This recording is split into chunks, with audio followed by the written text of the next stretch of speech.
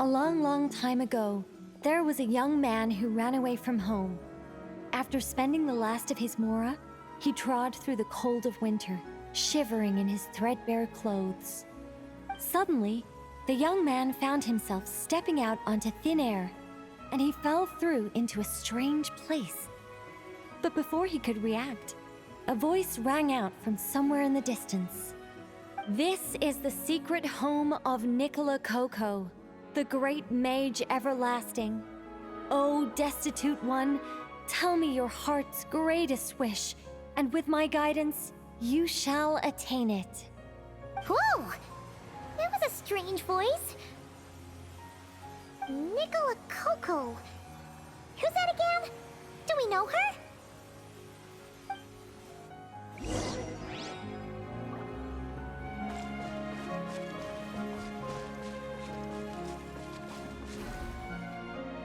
The young man was in awe of the mage's magnificence and beauty.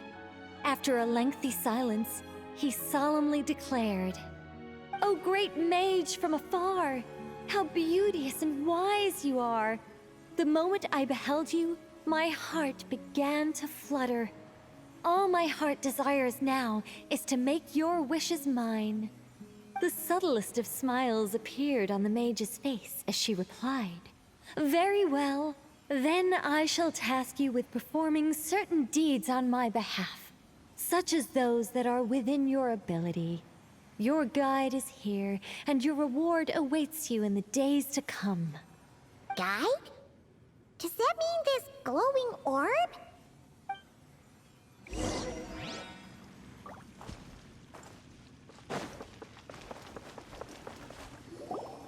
"Secret home," said the young wanderer, with a look of confusion on their face. "Where is this secret home of which you speak?" The mage's voice grew somewhat flustered upon hearing this question. Wait, does it make sense for this to be a bashful character? Oh, never mind. I'll keep it in for now. Mr. Nine can always refine it later. It is rather rude to ask such questions of a mage, young one. The Mage's Lodge is under renovation. Very soon you shall be stunned by its grandeur. This shall be your trial. Offer up your strength and help this great mage to build her territory.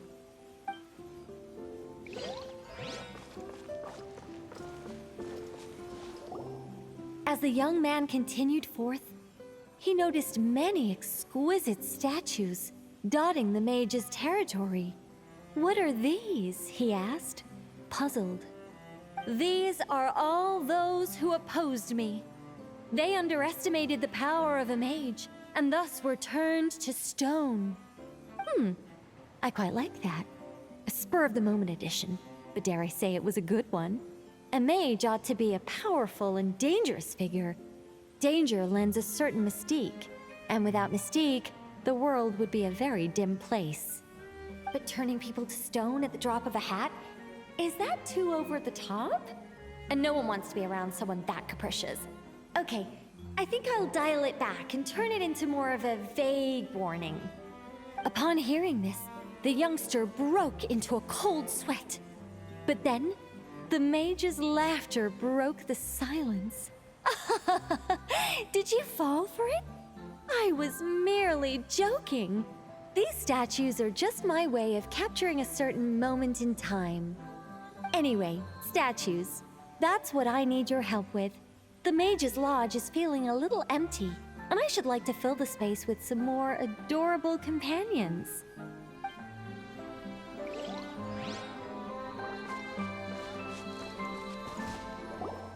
"Well then, young one, now you have learned of the troubles faced by this mage. Nicola Coco requires your aid to build her sacred territory." The mage poured a cup of tea for her visitor. "What say you?" Wait a minute! Shouldn't we think twice before going all in on this? We don't know anything about this person! And she seems a little weird. Huh? Although, having said that, this teacup looks kind of familiar. Nicola Nicole. Ah! Is it Mage N? Nicole? Correct. What do you think of my story? Hard to say. It's not finished yet, surely. What happens to the characters in the end? I haven't decided yet. I need to renovate my home first. Perhaps I'll have a burst of inspiration after that. Anyway, if you can hear my voice, I assume that means you're currently in Nodcry. In which case, could I trouble you to gather a few things for me? Well, I'd like to build a few more statues to decorate my home, but I'm lacking inspiration at the moment. I was thinking you could take some photos to give me some ideas. Are you serious? All right then, leave it to us. Wait here. We'll head out and see what we can find. But remember to finish the story once the statues are done.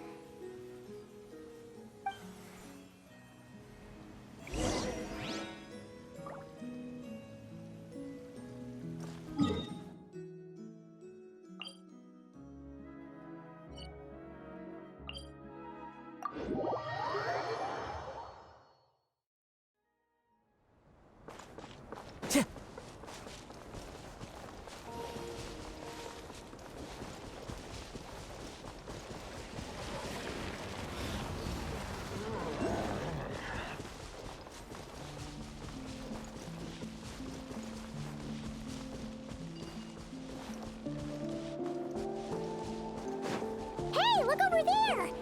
Are those finches? Oh, they look pretty lively, don't they? Seems like a good first photo.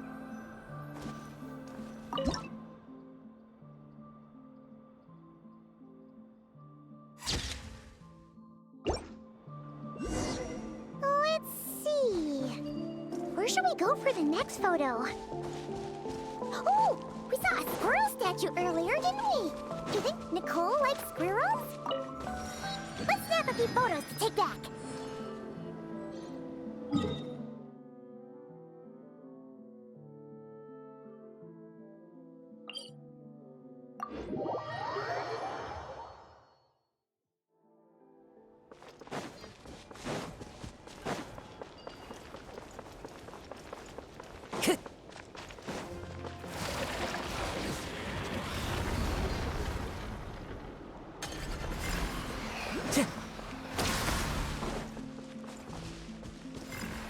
Windstrider.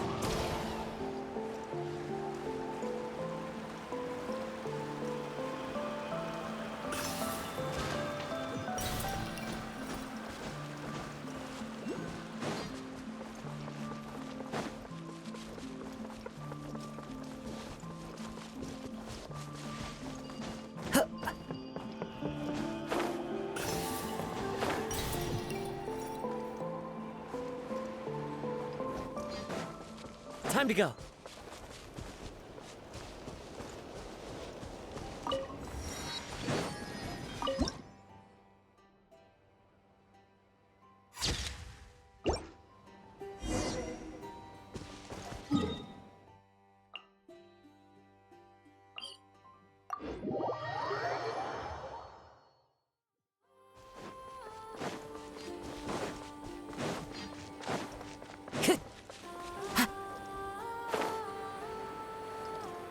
Is that a mandragora?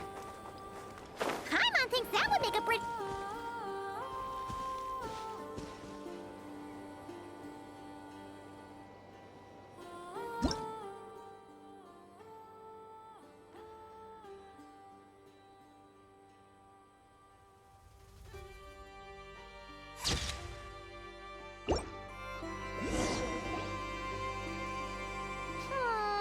Some of these shots are pretty good, but you didn't get any from the front. Let's wait for it to turn around. Yes! That's the one! That's the money shot! Ah! Help! Oh, that was scary. Paimon wasn't expecting it to jump us like that. Go on, Traveler. You got this.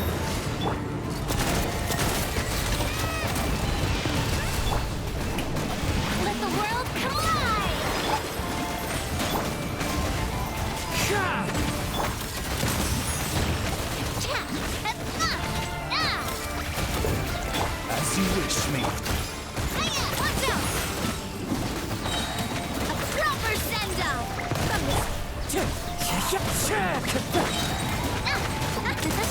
Clouds high. The birds come. Strike a pose! Hiya!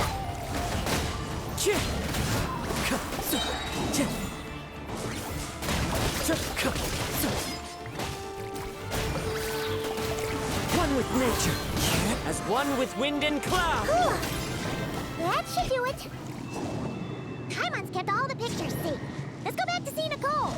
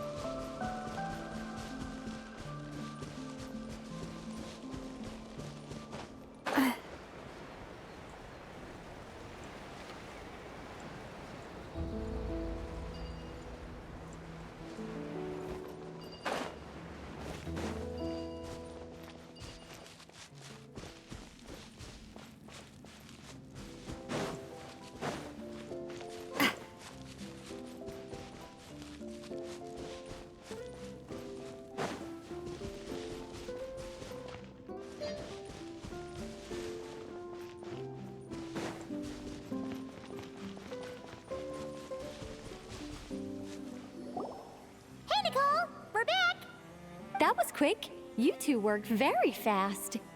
It's nothing. But, how do we get the photos to you? You can hold on to them for now. I'll be there in a couple of days. We can talk more about the statues then. Sure thing! See you in a couple days!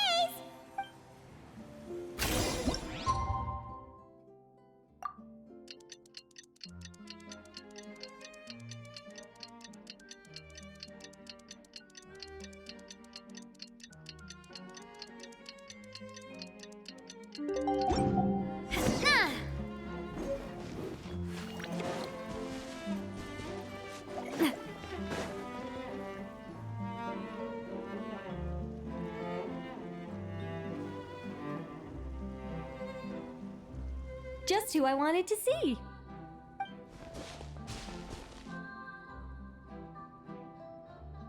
I'm delighted with the photos you took. Excellent source material. Now, I have all the carving tools ready to go. Would you like to try it together? Carving tools? You mean these blocks?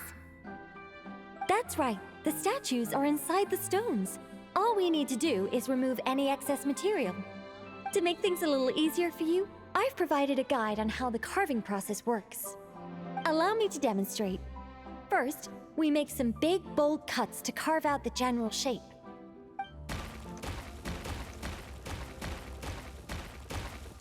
The numbers on the stones represent the amount of material you need to keep in a given column. So, first we do this, and then this.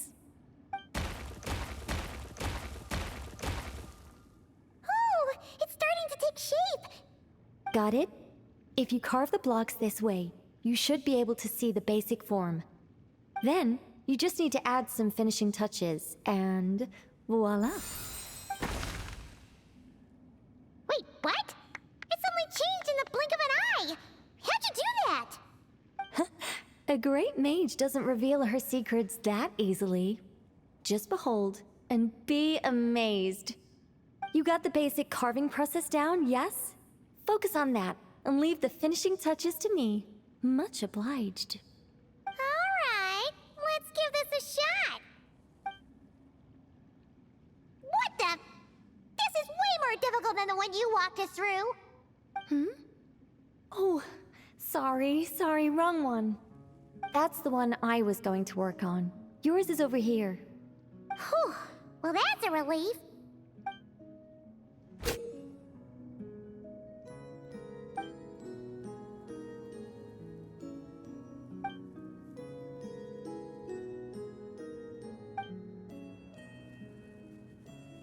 Let's go!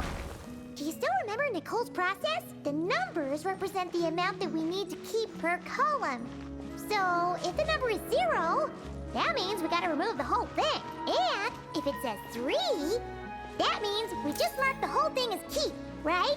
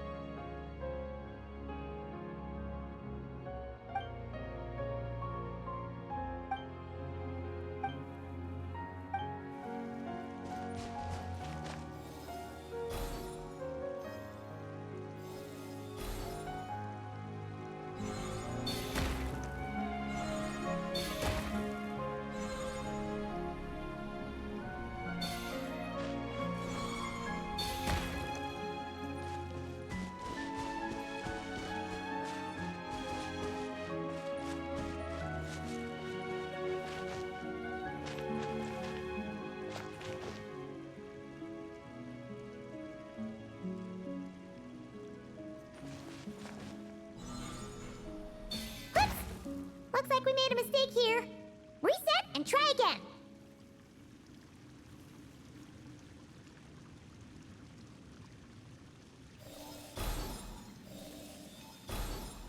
This one seems to be giving you some trouble. Need any help?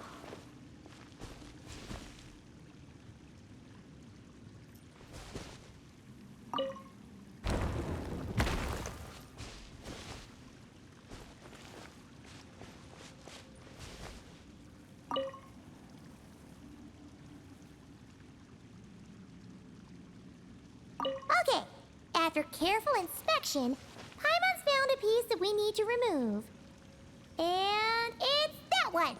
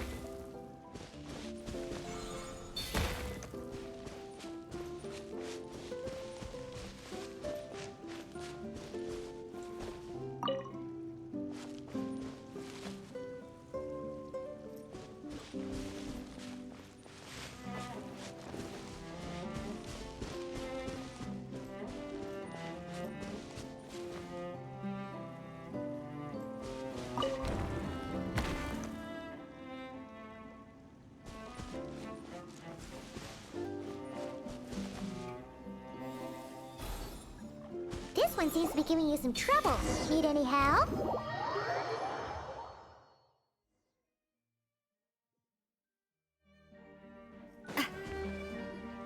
Now, we just need Nicole to add the finishing touches. You got rid of all the extraneous stone, yes? Let me take a look.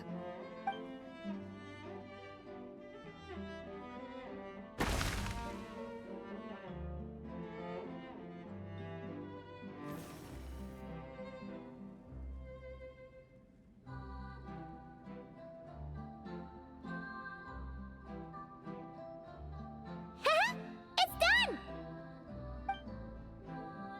Oh, it's the Mage's Lodge! When did that get there? Is this the power of a mage? The young visitor's voice was filled with wonder. I am truly amazed. Aha! Finally, the story continues.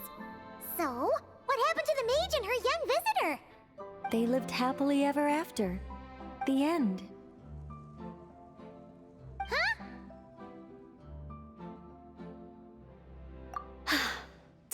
customers, huh? Well, if you're that eager to hear it, I suppose I'll take it from the top. All my heart desires now is to make your wishes mine, said the young man. Those words won him the full attention of the great mage, Nicola Coco. But just as they had started warming up to one another, a group of uninvited guests stormed in, seized the mage, and absconded with her. As the youngster stood there in shock, a new mage by the name of Alenus appeared. She signed a contract with the youngster, bestowing the power of magic upon them. But after making it through a grueling training program, they would come to discover another conspiracy operating in the background. As it turned out, the great mage Nicola Coco was an alien entity. Her true identity was the first daughter of King Meowtress, the third of Planet Meow. She had come disguised as a mage as part of a secret plot to trick the entire world into worshipping Planet Meow. Oh, great mage! Have you been lying to me all this while? The youngster's voice trembled as their heart began to break. Leave me. War is destined to break out between our planet and yours. We were foes from the very start. The mage turned her face away, refusing to let anyone see the tears welling up in her eyes. But the youngster bravely reached out and grabbed her by the arm, swearing to never leave her. Moved by this display of passion, the mage decided to rebel. But in that moment, Alenus, who had once aided the youngster, now took the side of the king. Alenus had been Meowtress III's second daughter all along. She had only helped the youngster in the hopes that her sister might be incited to treason, thus giving her the chance to usurp Nicola's place in the line of succession.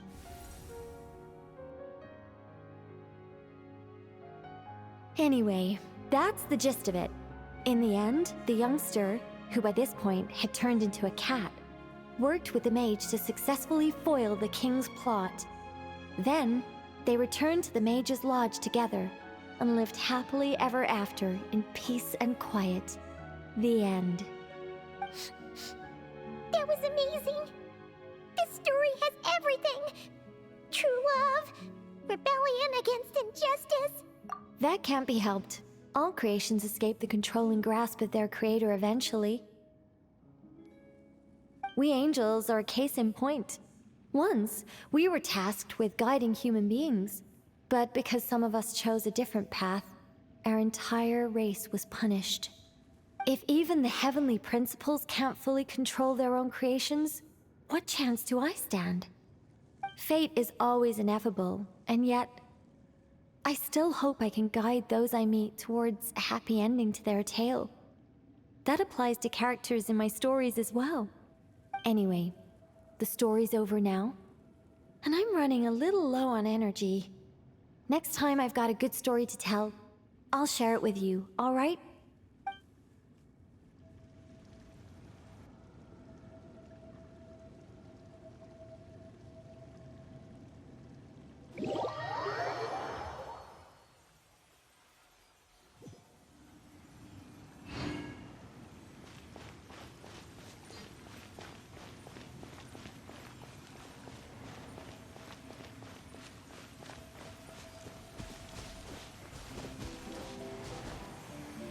Building my mage's lodge was quite a rewarding experience. But as everyone knows, any mage worth her salt owns more than one garden. It's time to pick a new location, I think. There is actually a very simple reason for it. If I only ever built one home, I might have to wait forever before someone stumbles in by mistake. Not that I'm looking to build a bustling tourism hotspot or anything, but it would be a little embarrassing if no one ever visited at all. It'd be a bit like spending days preparing for an extravagant birthday banquet, only for no one to show up on the day. And that is why I must expand my territory. A mage's power and might must be witnessed by the outside world, if only once in a while.